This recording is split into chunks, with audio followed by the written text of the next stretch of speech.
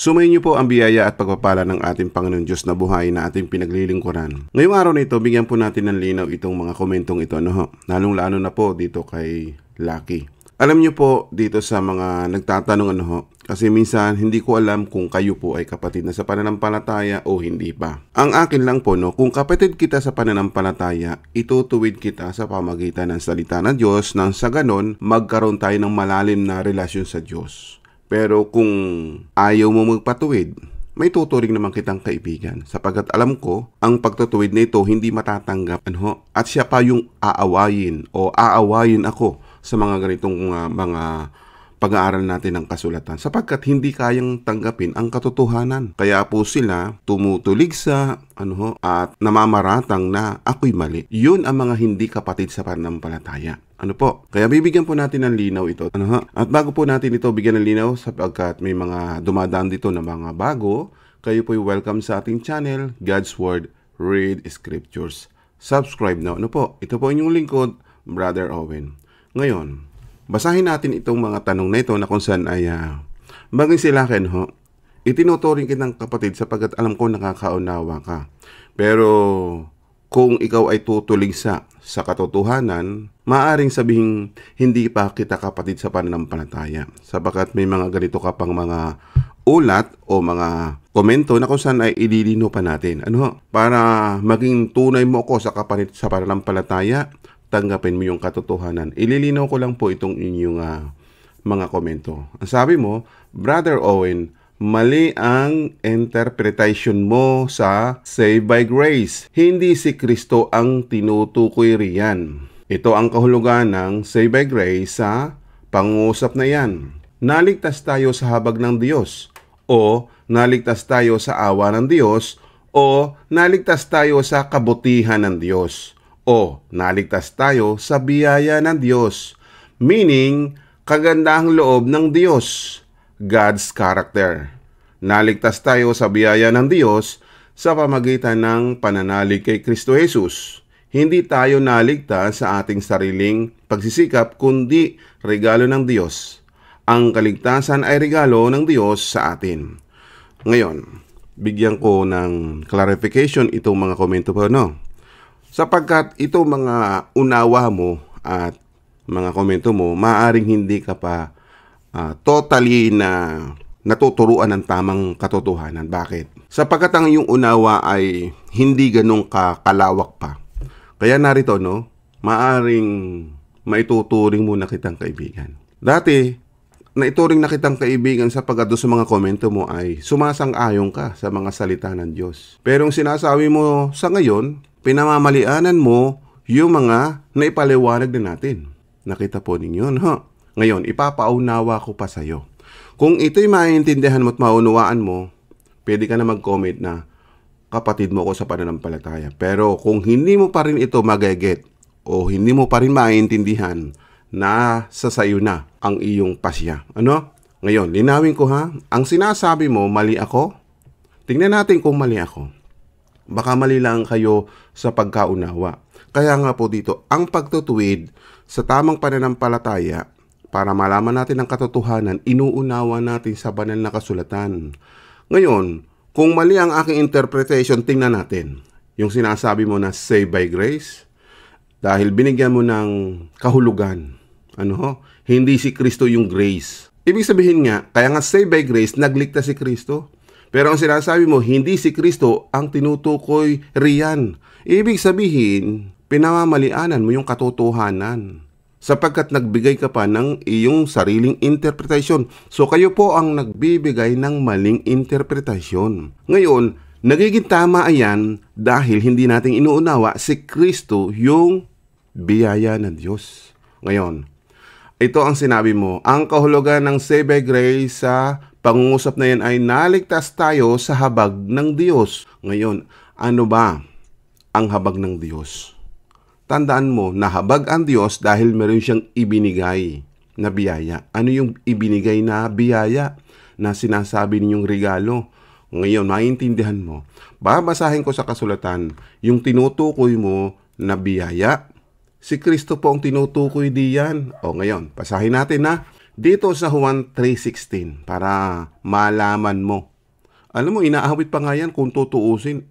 Ang problema lang doon sa mga nagbabasa at itong mga nakasulat dito, hindi naiintindihan. Basahin mo at unawain natin. Ang sabi dito, version muna tayo sa ASND. Dito muna natin ilalaborate. Anong ilalaborate? Hindi ipaglalabo ha, paglilinaw.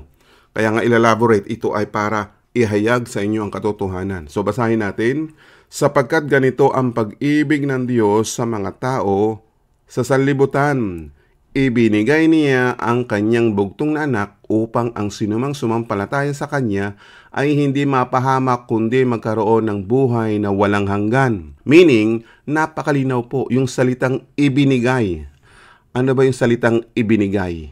Ibinigay niya ang kanyang bugtong na anak. Nilagyan ko ng highlight. Di ba't pag natanggap ka ng regalo, di ba't ito ay ipagkakaloob sa iyo? Kaya ibinibigay. Kaya yung salitang ibinigay dyan, iyan po ang inyong ibig sabihin. Yung sinasabi mo, no? Ito, sa huling part, nilagay mo ng asterisk. Ang kaligtasan ay regalo ng Diyos sa atin. Ano nga yung regalo na ibinigay sa iyo? Na kaligtasan. Di ba't si Kristo nga pong tinutukoy dito ng Ama? Naliliwanagan ka na ba? Kung sino ka man, Mr. Lucky, kaya kailangan mong unawain ang bawat nakasulat sa banal na kasulatan. Iyan ang magbibigay sa iyo ng karunungan, kaalaman at pangunawa kung kikilalanin mo si Kristo. Ano? Kaya nung ni-research ko ang iyong YouTube channel, no? Lot, L-O-T. Kaya Mr. Lucky o Mr. Lot o kaibigan Lot, ay wala akong magagawa kung kokontra ka pa sa katotohanan. Ang sinasabi mo kasi, ibig sabihin, kung ikaw ay nagko-komento na kung saan sinasabi mong mali ang aking interpretasyon, eh nasa 91,000 subscriber na po tayo dito. Ibig sabihin, niloloko ko ba sila? Kaya sila nagsasubscribe dito sa ating channel kasi naghahanap sila ng katotohanan para lagi silang ma-update, maturuan ng tama.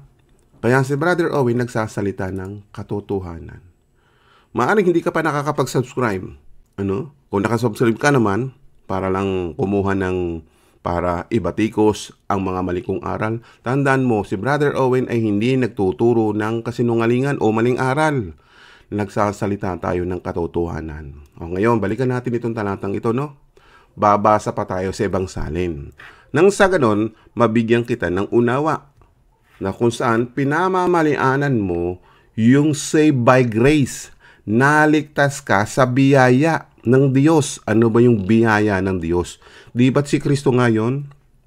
Kaya babasa tayo ng iba pang salin. Dito naman sa ADB, ang dating Biblia, na kung saan malapit ito sa King James Version. O basahin natin. Sapagkat gayon na lamang ang pagsinta ng Diyos sa sanlibutan. Sa kanina pag-ibig, ngayon pagsinta. Kasi po yung salitang mga naunang mga Pilipino o mga lahing mga Tagalog, ang mga salita ay pagsinta. Sinisinta kita, iniidog kita, minamahal kita. Di ba? Ngayon, dahil nabasa tayo ng ibang salin, para maintindihan ninyo. Okay? Kasi yung binasa natin kanina, kung babalikan natin, ay pag-ibig ng Diyos.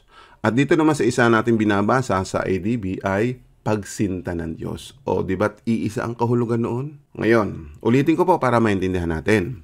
Sapagkat gayon na lamang ang pagsinta ng Diyos sa sanlibutan na ibinigay niya ang kanyang bugtong na anak. Tatambo ninyo, tandaan lagi natin, pag salitang ibinigay, yun ay iniririgalo sa iyo. Ibinibigay na walang bayad. Ipagkakaloob sa iyo yung salitang ibinigay. Kaya ibinigay sino? Yung kanyang bugtong na anak, upang sinumang sa kanya'y sumampalataya ay huwag mapahamak kundi magkaroon ng buhay na walang hanggan. Naiintindihan po ninyo? Kasi hindi nyo po naiintindihan yung salitang biyaya. Anong tatanggapin mo sa Panginoon, sa Ama, na biyaya? Mag-isip-isip ko kayo. Yung tatanggapin nating biyaya ay si Kristo kung tayo'y sasampalataya. Yan po nakalagay. Sinumang sa kanya'y sumampalataya ay huwag mapahamak. Di ba't malinaw? O ngayon, yung sinasabi mo mali ang aking interpretasyon sa Saved by Grace. Kaya nga naligtas ka sa biyaya, si Kristo yung biyaya ng Diyos na ibinigay sa atin. Kung tayo'y sasampalataya sa kanyang anak na walang iba, si Jesucristo, abay bibigyan ka ng buhay na walang hanggan para hindi ka maparusahan o mapahamak. Malinaw? O ngayon, dalawang salin pa ang binibigay ko po sa yung mga pahayag mula sa Diyos para maintindihan mo, no? Basa pa tayo ng ibang salin. Kasi yung iba nagbabasa ng Magandang Balita Biblia o MBB. Tingnan natin din ang nilalaman nito, no? Sapagkat tayo ay mabibigyan ng malawak na pangunawa kung tayo nag-iisip ng tama. Ano ha? Hindi katulad ng iba na kung saan ay nagbasa, doon na lang. Alam nyo po, dapat palawakin natin ang ating kaisipan at unawain ang ating mga binabasa. Ngayon, muli natin basahin ito sa iba namang salin, MBB. Sapagkat gayon na lamang ang pag-ibig ng Diyos sa sangkatauhan. Tandaan po ninyo, may iba't ibang salin, may iba't ibang salita. Pero dito, naunawa natin yung sanlibutan, sangkatauhan. Ano? O, tuloy natin. Kaya't ibinigay niya ang kanyang kaysa isang anak upang ang sinumang sumampalataya sa kanya ay hindi mapahamak, kundi magkaroon ng buhay na walang hanggan. Di ba't ibinigay din po yung salitang ibinigay? Nariyan po yung salitang ibinigay. Kaya't ibinigay niya ang kanyang kaysa isang anak. Malinaw po ba? Kahit sa isang anak ng Diyos na tinatawag niyang biyaya na mula sa Diyos. Kaibigan, kahit anong interpretation mo, kung hindi ka magbabasa ng kasulatan, iyan dapat ganyan ka magpaliwanag. Nagsulat, naligtas tayo sa habag ng Diyos.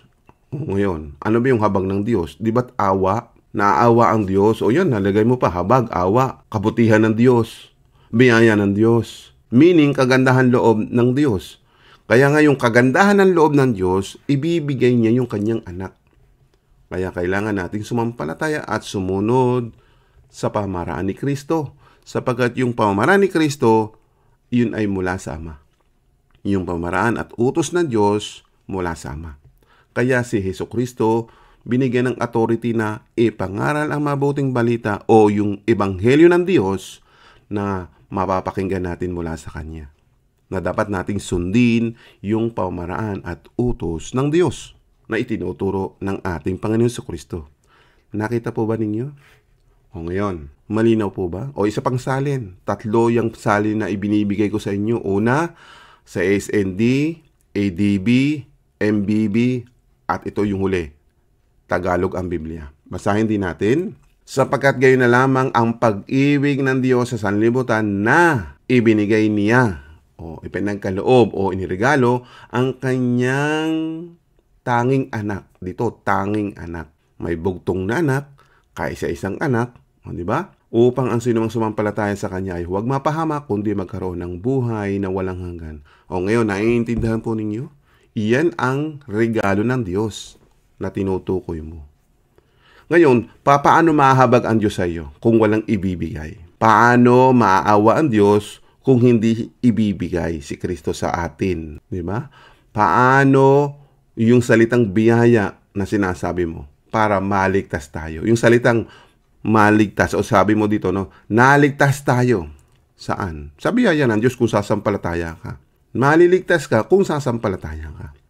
Kasi dadating yung paghukom, sabi dito, para hindi tayo mapahamak yung parusa ng Diyos sa paghukom. At nang sa ganon, kung hindi ka mapahamak, meron ka namang buhay na walang hanggan. Nakita po ninyo, si Kristo ang buhay. Siya ang nagbibigay buhay. Kaya yung buhay na walang hanggan, sa Kanya magmumula. Kaya yung biyaya, kung sasampalatayanan mo yung biyaya, yung sinasabi mo, si Kristo po yun. Malinaw na ba sa'yo? Ngayon, lalawakan pa natin. Kasi, nagbigay ako sa'yo ng komento. Ang sabi ko sa'yo, kaya nalaman ko na lot ang iyong YouTube channel, ano?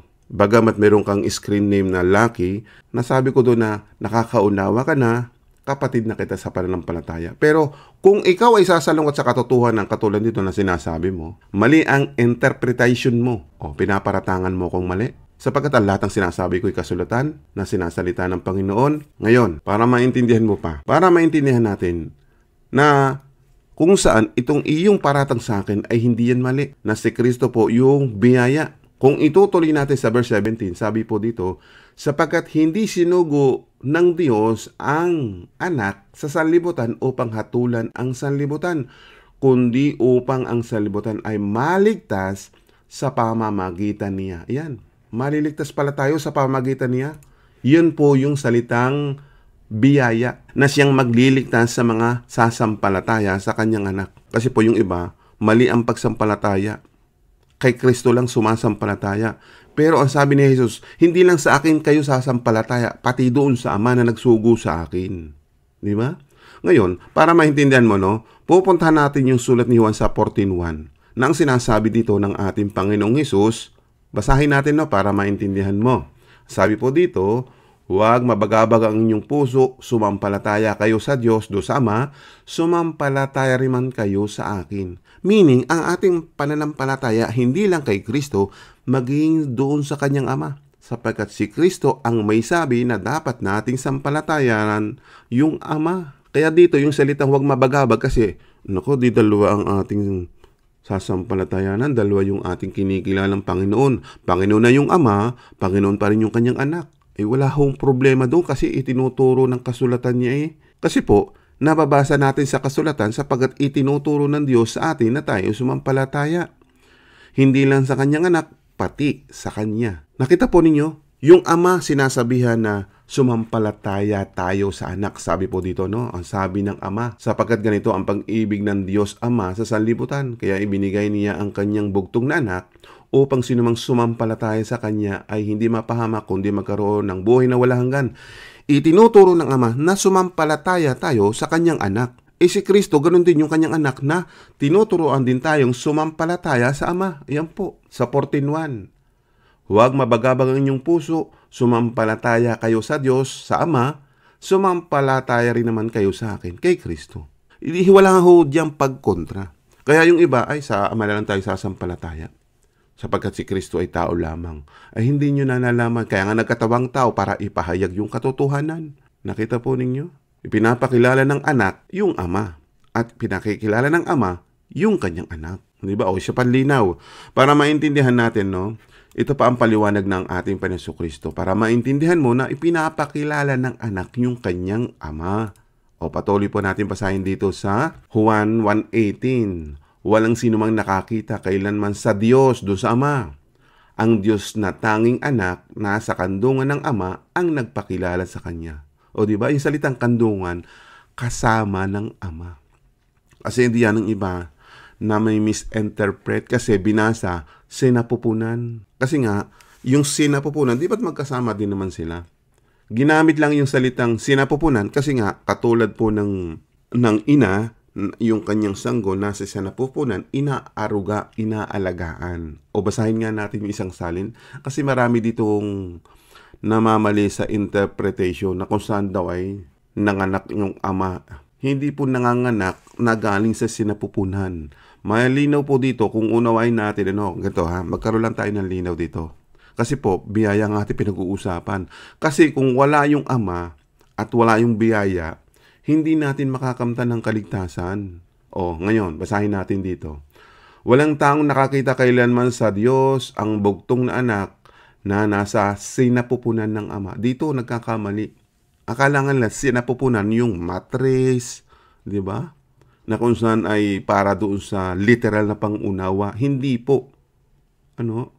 Tandaan po ninyo, pag sinabing sinapupunan, mayroong pinanggagalingan. Saan ba nagmula si Kristo? Di nga sa Ama. Ibig sabihin, kaya mayroong salitang Diyos din nga. Dito wala pong nakalagay na Diyos din nga.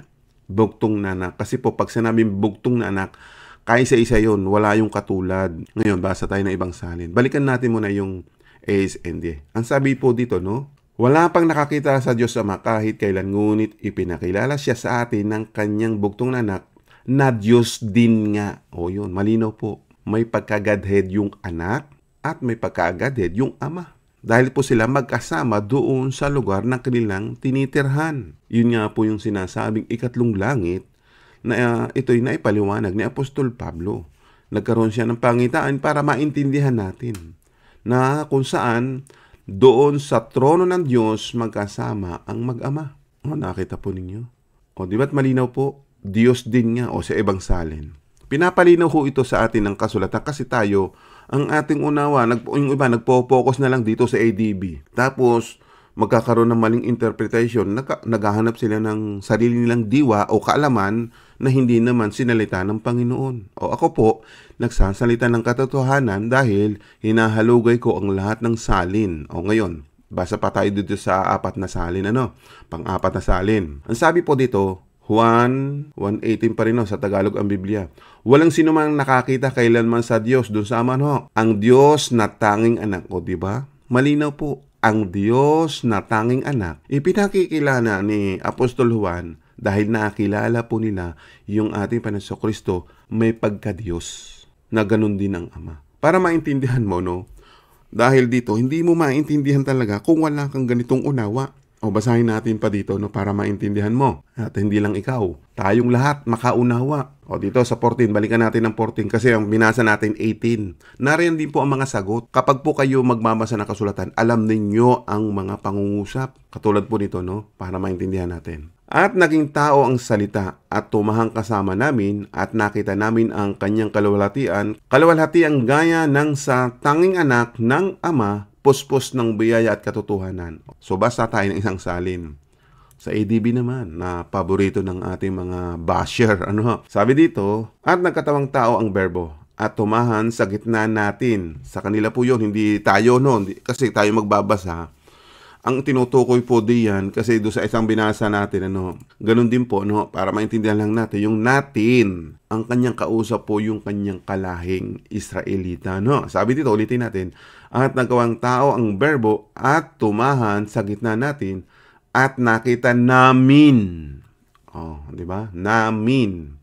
Ang kanyang kaluwalhatian gaya ng bugtong ng Ama. Yung pagkadiyos ng Ama, meron din pagkadiyos yung kanyang anak.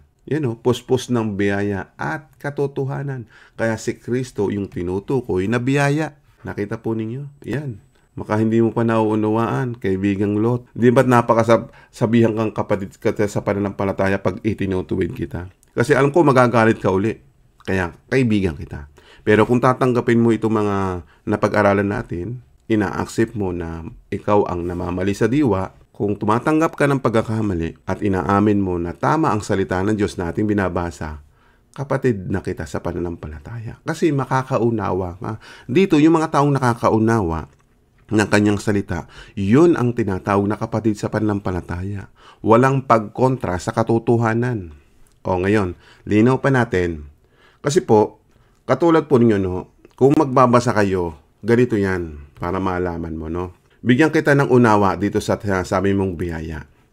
Yung banal na kasulatan, may mga ganito po na mababasa nating biyaya. Doon po sa Tagalog ang Biblia na tinatawag po natin, Meron pong 191 na salitang biyaya. Ngayon, dito naman sa version po ng salita ng Diyos, 83 na salitang biyaya. Yun lang po ang inyong mababasa doon. Ibig sabihin, bakit nagkulang? Hindi mo talaga maintindihan ang kasulatan kung hindi ka magkakaroon ng pagbabaybay. Katulad po dito sa ating channel, God's Word, read Scripture. Talaga puro basa tayo ng basa ng kasulatan para maintindihan natin. Napapansin po ninyo, bihira ako magbigay ng video clips. Hindi katulad ng iba para humanga, gumaling yung kanilang mga presentation dahil sa kanilang mga videos at effects, mga sound effects. Hindi ako ganun para kayo'y pahangain sa inyong nakikita. Dito, mauunawa ninyo kung tayo nagbabasa ng kasulatan. Diba? Kasi yung kasulatan, mismo salita ng Diyos ang iyong maiintindihan at mauunawaan. Nakita po ninyo? Kaya kung naghahanap kayo ng may mga video effects pa, mga magagaling na mga nag-e-edit, doon kayo pumunta. Ay doon, hahanga lang kayo. Pero dito, ang ating pinag-uusapan ay hindi para pagalingan. Dito, para maturuan tayo ng salita ng Diyos at dapat nating sundin yung pamaraan at mga utos ng Diyos. Ngayon, balik tayo sa ating pinag-uusapan. Dito po sa banal na kasulatan, may kanya-kanyang version. Ulitin ko po. Doon sa Tagalog ang Biblia, may salitang biyaya, 191 ang mababasa ninyo mula sa aklat ng Henesis hanggang sa aklat ng Pahayag. Ganon din po sa version po ng ang salita ng Diyos. Bakit 83? Yun po ang ating nahanap. At dito naman, dito sa ating paborito ng mga basher natin, ang gustong-gusto ay ang dating Biblia. Kasi dito, yung mga naunang nag-aral dito ang dating Biblia, di ba? Humanga kayo kay Brother Eli. Pansinin niyo at may error din po siya sa kanyang mga programa at sa kanyang pagtuturo. One time, magbigay po tayo ng mga ilang errors niya, no? Na kung sana ay maintindihan nyo sa kanyang mga pagtuturo ay may mga errors. Bakit? Kasi nga po, pag hindi mo uunawain ang bawat version, magkakamali talaga tayo. Katulad, nag-stick lang kayo sa dating Biblia. Tulad po nito, mayroon pong ilang mga salita. Dito, ang daming salitang biyaya, 209. O, di ba? Mamimisinterpret natin yung ibang kasulatan. Kaya dito, kailangan natin magbasa o unawain ang mga nakasulat. Huwag natin kukontrahin, kundi uunawain. Nakita po ninyo? Kailangan natin magkaroon ng unawa, hindi pagkontra sa katotohanan. Ngayon, ituloy pa natin itong last na version sapagkat ito po yung ginagamit ng iba, lalong-lalo po mga born again. Ito ang ginagamit nilang magandang balita, Biblia. Pero wala kayong bababasang salitang biyaya. Yan, zero, wala kahit isa. Nakita po ninyo. So, ngayon, magbibigay tayo ng mga halimbawa sa mga salitang biyaya. Ano po? O ngayon, example natin. Hanap tayo dito sa, unahin muna natin yung Tagalog ang Biblia na salitang biyaya. Okay? So magbasa muna tayo. Dito po tayo magbasa muna dito sa, binasa natin kanina dito sa Juan chapter 1 verse 14. At naging tao ang salita at tumahang kasama namin at nakita namin ang kanyang kaluwalhatian. Kaluwalhatian gaya ng satanging anak ng Ama. Puspos ng biyaya at katotohanan. Ngayon, dito, kung ating i-compare yung magandang balita Biblia, yan po, tingnan natin. Ang salita ay naging tao at nanirahan sa piling namin.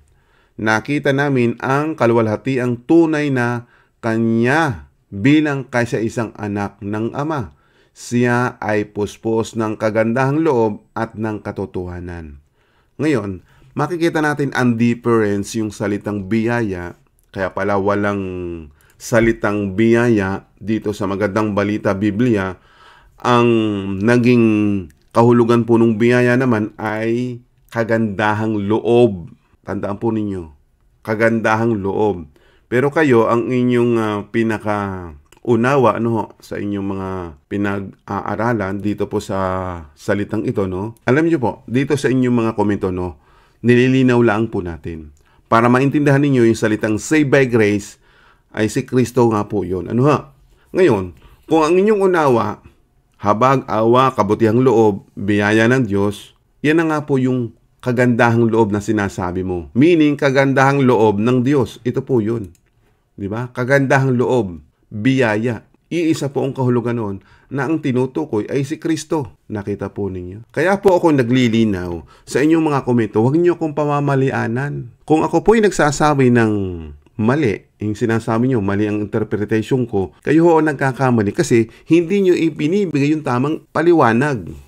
Nagpapaliwanag ako hindi sa aking unawa, hindi sa aking sarili, kundi binabasa ko sa kasulatan. Ayan po. Meaning, kagandahan loob ng Diyos. Kaya nga po, yung kagandahan ng loob, si Kristo yung ibinigay ng Ama.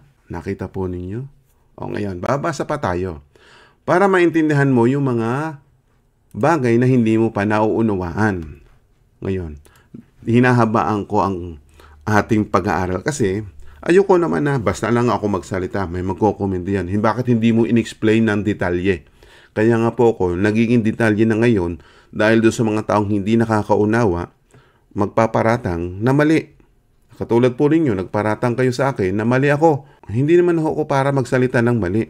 Ito, seryosohan ito. Sapagkat dito ang nakasalalay buhay at kaluluwa natin na mapapahamak sa impyerno kung hindi ako mag-iingat sa aking mga sasabihin at sasalitain ay maraming mapapahamak. Hindi lang ako. Pati yung nakasubscribe dito kung paniwalaan lahat nila. Pero hindi ko alam kung lahat nga ba ay naniniwala sa mga sinasabi ko o nakasubscribe lang sila dahil para tumiligsa sa akin.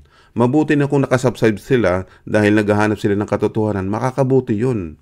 Yung iba nga, hindi na nga nakasubscribe dito. ay ang dami pang sinasabi na mali daw yung ating mga pagtuturo at marami daw yung maliligaw. Sabi ko naman, nasa inyo ho ang desisyon kung kayo maniniwala o hindi, kayo pa rin po ang may responsibilidad. Kaya ang kagandahan nga po, kung alam mo yung katotohanan at sinampalatayanan mo, iyon ang ikaliligtas mo. Nakita po niyo? Kaya nga po ako, para maligtas din ako, at pati yung makikinig sa akin, magsalita ako ng katotohanan. Ako hindi bumabati ko sa mga katotohanan. Kundi, kung mayroon po kayong hindi nakakaunawa, nagbibigay lang po ako ng clarification, pangunawa, itinutuwid natin kung mali ang unawa. Pero hindi ako nagpaparatang na kung saan ay pakasinungalingan sa pamagitan din ng salita ng Diyos, ay hindi po. Ang ating ginagawa, ang layon po ng programang ito ay magtuwid sa namamaling diwa para mabigyan ng kaunawaan sa salita ng Diyos. Kaya nga sinasabi ko po sa inyo, kapag kayo nakikinig sa ating channel, hindi lang po kayo dito matututo. Bibigyan po kayo ng karunungan ng Diyos, kaalaman at pangunawa. Kasi po, Diyos din ang magbibigay.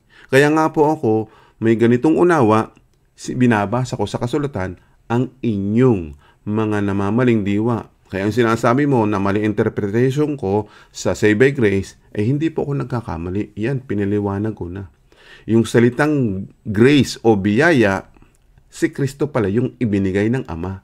Malinaw po ba sa inyo? O ngayon, kung naliliwanagan ka na, dadagdagan ko pa.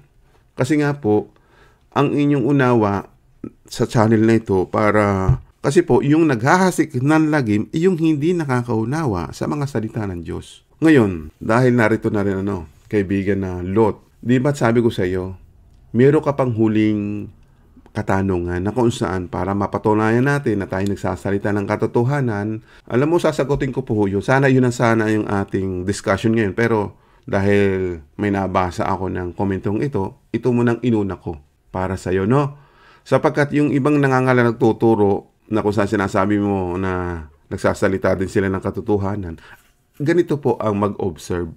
Kaya yon ang next topic natin para sa iyo.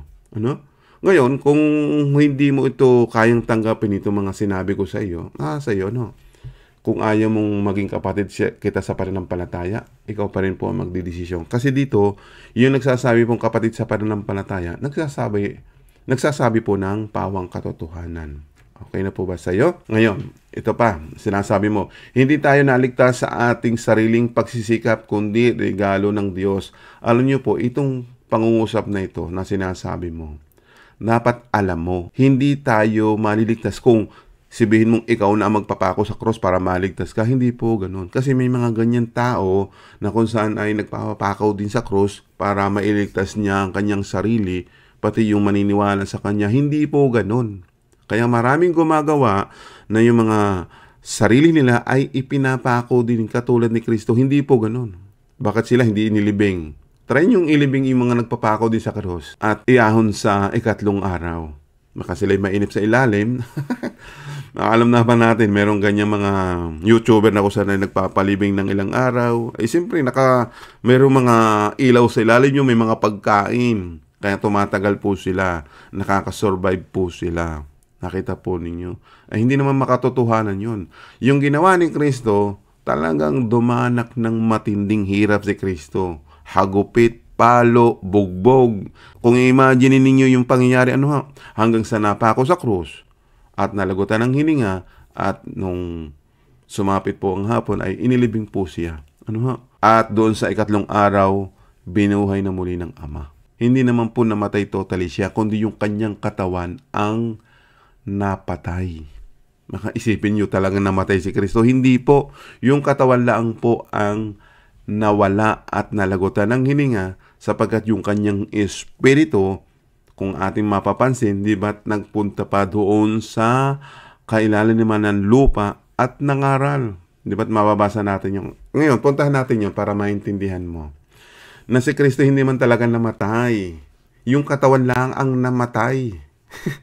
Yan ang maling-mali ang inyong unawa. Babasahin natin Kasi katulad po ninyo, mamaya may magko-comment naman, ay talagang namatay si Kristo. Kaya nga po, namatay yung katawan. Kung siya namatay, di pa paano siya pupunta doon sa mga espiritong nakabilanggo? O, buntahan natin yun at basahin natin. Ito mga kapatid, basahin natin sa unang Pedro 3:18 hanggang 19 para maintindihan ninyo. Yung katawan lang ang namatay sa kanya. Ano? Sapagkat si Kristo man ay minsang nagdusa dahil sa mga kasalanan, ang isang matuwid dahil sa mga di matuwid upang kayo ay madala niya sa Diyos. Siya ay pinatay sa laman. Malinaw po, sa laman lang po siya napatay. Ngunit binuhay sa Espiritu. Nakita po ninyo? Ibig sabihin pati yung kanyang espiritu namatay at binuhay. Hindi po. Dapat unawain natin yung kanyang espiritu wala yung kamatayan. Mananatiling buhay. Anong ibig sabihin na binuhay sa espiritu? Ngayon, basa tayo ng ibang salin bago tayo magpatuloy sa 19.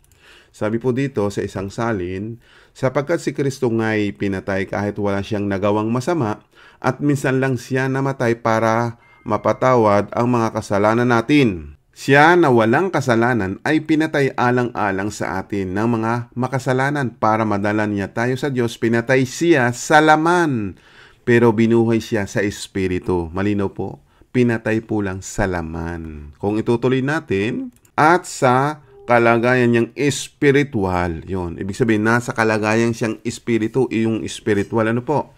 Nangaral siya kahit sa mga espiritu na mga taong nakabilanggo. Ang kalangan nila, yung pinuntahan doon, mga anghel. Hindi po, nakalagay po dito, mga taong nakabilanggo na hindi sumunod sa Diyos noong panahon ni Noe. Sa panahong iyon, matyagang hinintay ng Diyos ang mga pagsampalataya nila sa Kanya habang ginagawa ang barko. Ngunit 8 tao lang ang sumampalataya at pumasok sa barko at nakaligtas sa tubig. Ngayon, basahin natin doon sa unang salin natin binasa, no? Tagalog ang Biblia. O maiksi lang ang paliwanag dito, no? Pagdating sa 19. Ulitin natin yung 18, sabi po dito, no? Para makuha lang natin yung tamang konsepto ng ating binabasa. Sapagkat si Kristo man ay minsang nagdusa dahil sa mga kasalanan, ang isang matuwid dahil sa mga di matuwid, upang kayo ay madala niya sa Diyos, siya ay pinatay sa laman. Tandaan po pinatay sa laman. Ngunit binuhay sa espiritu. Ituloy natin.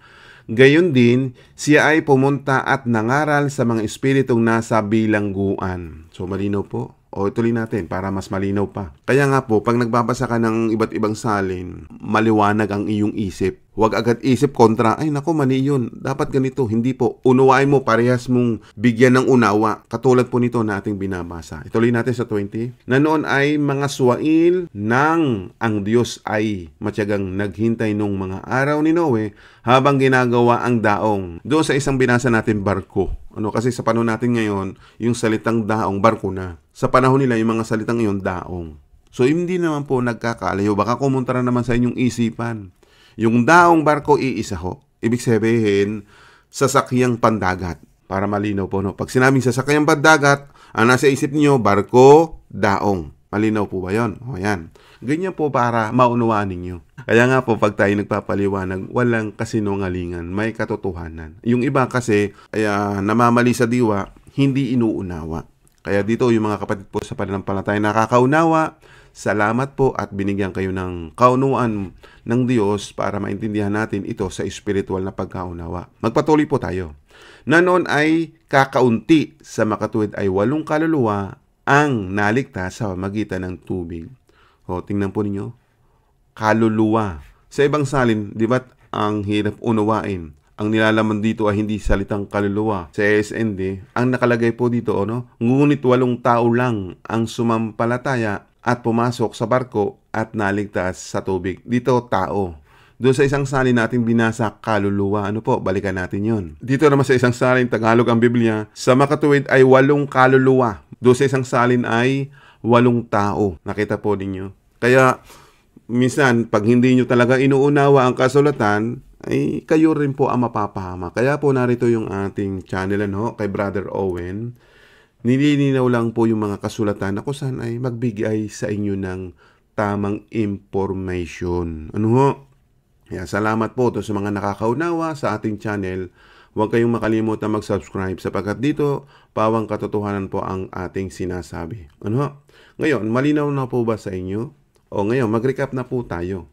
Kasi inilino ko na ho sa inyo ang mga bagay na ito. Kaya dito po kay Lot, kay Lucky, na kusan ay huwag mo naman paratangan ako na mali ang interpretasyon patungkol dito sa salitang save by grace. Kaya maraming napapahama kasi maaaring ikaw ay nagkaroon ng conversation sa mga nagko-komento sa ating channel, At may nabasa ako, sabi mo, hindi ako nakikinig kay Brother Owen, sumusunod ako sa salita ng Diyos. Di ba tama naman yun? Huwag kang makinig sa akin kung sa aking pangangaral. Pero ngayong pangangaral ko ay salita ng Diyos. Which is tama yung sinasabi mo. Pero ngayon, kung ako'y nagsasalita ng katotohanan, di ba dapat ka nga pumanig? Huwag kang magbigay ng maling interpretation na sinasabi mo ako'y mali. Ang sinasabi ng kasulatan ay ganito: kung panig tayo kay Kristo, dapat nakikiisa tayo sa Kanya. Panig ka ba ni Kristo? Tingnan niyo po ang sinabi ni Kristo. Dito po sa Mateo 12:30. Ang hindi panig sa akin ay laban sa akin, at ang hindi ko kasamang nagtitipon ay nagkakalat. Ngayon, kung sabihin ko sa iyo, nakasama ako ng Panginoon sa pagtitipon, at ikaw, kung makikisama ka sa pagtitipon ng Panginoon, makakabuti yun. Pero kung ikaw naman ay hindi panig kay Kristo at puro ka kontra, hindi ka kapanig ni Kristo. Anong tawag sa iyo? Yan, nagkakalat. Nagkakalat ng kasinungalingan. Kaya kaibigan, huwag ganon. Kaya magkumpara kayo ng ibang mga channel. Kung sabihin ninyong ako'y nagsasabi ng kasinungalingan, wala po. Pawang katotohanan ang sinasabi ko. Ito pa isa. Para malaman mo na tayo ay panig ni Kristo at tayo namang nagkakaisa sa pananampalataya, huwag nating kaligtaan ang pagtitipon. Katulad ng sinasabi po dito sa Hebreo 10:25. Basahin natin. Na huwag nating pabayaan ang ating pagtitipon gaya ng ugali ng iba, kundi palakasin ang loob ng isa't isa, lalong-lalo na kapag inyong nakikita na papalapit na ang araw. O, diba? Nakita po ninyo sa ibang salin? Na huwag nating pabayaan ang ating pagkakatipon na gaya ng ugali ng iba, kundi mangangaralan sa isa't isa at lalo na kung inyong mamamalas na nalalapit na ang araw. Nakita po ninyo? Kaya po tayo nangangaralan. Kaya kung kapatid kita sa pananampalataya, tanggapin mo. Kasi inaaralan kita ng tamang aral ni Kristo. Nakita mo? Pero kung ikaw ikukontra sa ating mga paliwanag, ibig sabihin, hindi ka nakikiisa. Lalo-lalo na yung sinabi po dito niyang ating Panginoon Kristo, ulitin ko po ito, ang hindi panig sa akin, ako panig ako ni Kristo, ay ikaw ba pakapanig ni Kristo? Ang hindi panig sa akin ay laban sa akin, at ang hindi ko kasamang nagtitipon ay nagkakalat. Naunawaan mo ba yan? Ako kasama po sa Panginoon, ako sana'y nagtitipon ng mga mananampalataya para maging matuwid sa harapan ng Diyos, gumawa ng mabuti, at sumunod sa mga utos at pamaraan ng Diyos. Iyan po ang ating layunin sa ating programa. Kung ayaw po nila, katulad ng ating natalakay, na sabi nila araw-araw daw nakakagawa sila ng kasalanan, nakakagawa ng mali. Nakakaawa naman yung kaibigang Lot, Yung mga taong hindi nakakaunawa. Mga kapatid, gusto kong idagdag itong mga salitang ito ng ating Panginoon sa mga sulat ni Apostol Pablo, sapagkat tayo mga hindi Hudyo, kailangan makaunawa din po sa pamagitan po ng paglilinis. Sa spiritual po yan. Basahin natin. Kaya pinag-aralan natin itong biyaya. Si Kristo po yan. Di ba po ba? Ngayon, balikan natin ito, itong ating pinag-aralan. Basa pa tayo sa ibang salin. ASND. Maganda rin ito, Kaya ako po ko'y bumabasa ng iba't ibang salin para makaunawa tayo doon sa ibang mga salita na hindi pa natin naririnig. O basahin din natin ito. Hebreo 10:25 pa rin po sa ASND. Huwag nating pabayaan ang mga pagtitipon. Ay katulad nito, paano ako makikipagtipon sa inyo kung ikay nasa Amerika, nasa Canada, nasa Japan, nasa Pilipinas? Kaya nga meron tayong platform na ganito para makapagtipon tayo sa pamagitan ng ganitong online na kung saan ay may mga platform katulad ng YouTube, Facebook, bagamat wala pa tayong Facebook, kaya dapat yung maalam. Darating ang panahon kung gusto niyo na magkaroon, at magkaroon tayo ng ganitong pagtitipon sa pamagitan po ng internet. Ulitin ko po ang mga talatang ito para sa inyo. Huwag nating pabayaan ang mga pagtitipon natin gaya ng kinagalian na ng ilan. Salip, palakasin natin ang loob ng bawat isa. Lalo na ngayong nalalapit na ang huling araw. O, di ba? Kaya po ako, kaibigan Lot, pinapalakas ko po ang loob ninyo. Hindi para kayo ay galitin. Kasi nga po, yung iba, nagagalit ka lang, ginagalit ko sila. Pero ipinapaunawa ko po yung mga salita ng Diyos. Kaya nga lang sila nagagalit dahil hindi nila matanggap ang katotohanan. Di ba? Kaya pag pumasok kayo dito sa pagtitipon nito, alam mo, mga aral turo ni Kristo ang mapapakinggan mo. Ngayon, kung hindi mo kayang tanggapin, hindi lumabas ka, kung ikay nakasubscribe, pwede ka namang umalis, pwede ka mag-unsubscribe, malaya ka. Hindi ka naman kita pinipilit na mag-stay dito. Pero yung gusto mag-stay dito sa channel nito, di mag-subscribe ka, marami kang matututunan dito sa ating channel. Kaya lang ikaw ay nag-subscribe para lang tumiligsa, ay wag naman po. Para hindi ka naman magkasala sa Diyos, ay huwag mong gawin yung mga bagay para lang sa iyong sariling kapakanan. Dito gumagawa tayo sa ating community. Kung kayo ay iba't ibang lugar dito, nakita ko naman may Saudi Arabia, United States, Japan, etc. Ang dami po. Kung kayo po ay sa iba't ibang lugar at nakikijoin kayo dito, ito po yung sinasabi, nakikipagtipon ka, nakikiisa ka sa aral at turo ni Kristo. Kahit malayo tayo sa isa't isa. Kasi kung walang ganitong platform, paano naman po ako pupunta ng Canada? Ang mahal ng pamasahe. Unang-una, paano makakapunta doon? At tapos pagkatagaling doon, lilipat naman ng Asia, di ba? Ang hirap ng buhay bago makarating, di ba? Kaya ngayon, mas madali na dahil nga kahit hindi ako makarating sa inyo, hindi tayo nagkikita-kita, ang importante, natuturuan tayo ng aral at turo ni Kristo. Kaya tandaan po ninyo, dito aral at turo ni Kristo ang itinuturo.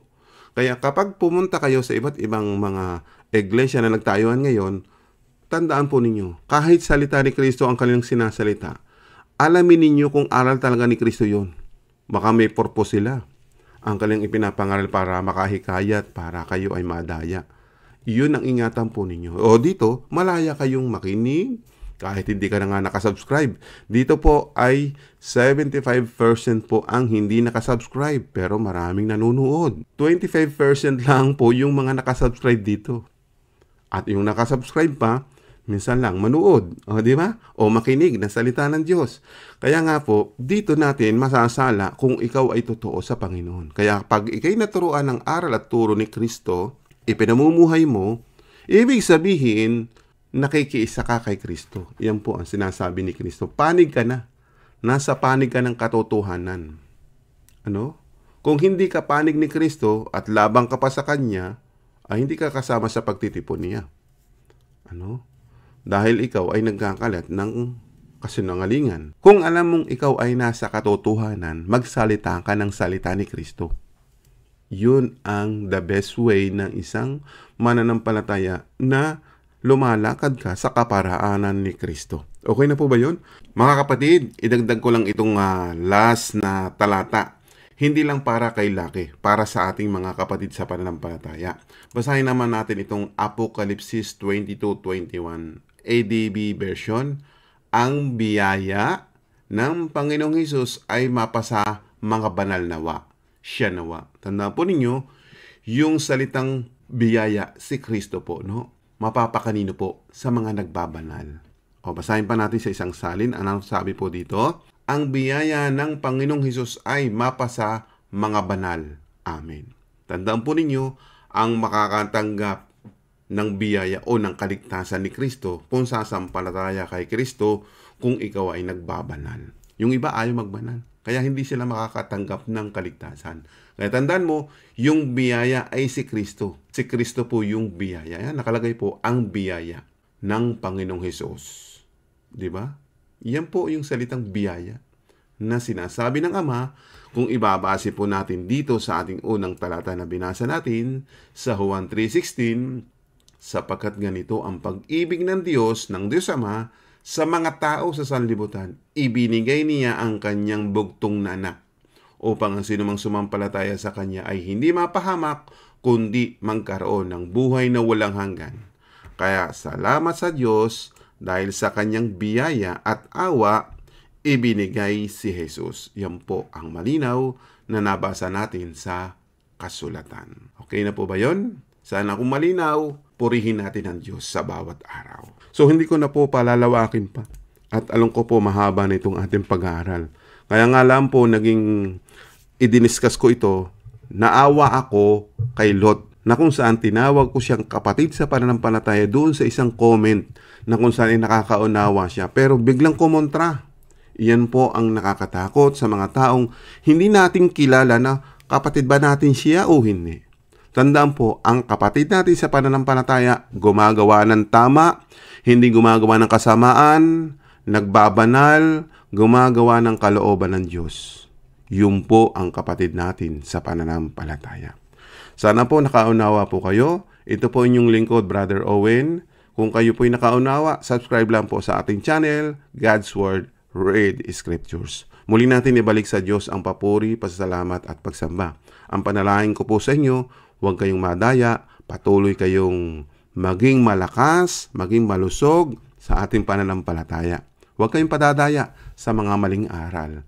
Maturuan tayo ng mga salita ni Kristo nang sa ganon, tagumpay natin si Kristo. Salamat po dahil sa biyaya ng Diyos na si Kristo ang magbibigay sa atin ng kaligtasan. So salamat po muli, sa Diyos po ang papuri. God bless you po sa inyong lahat.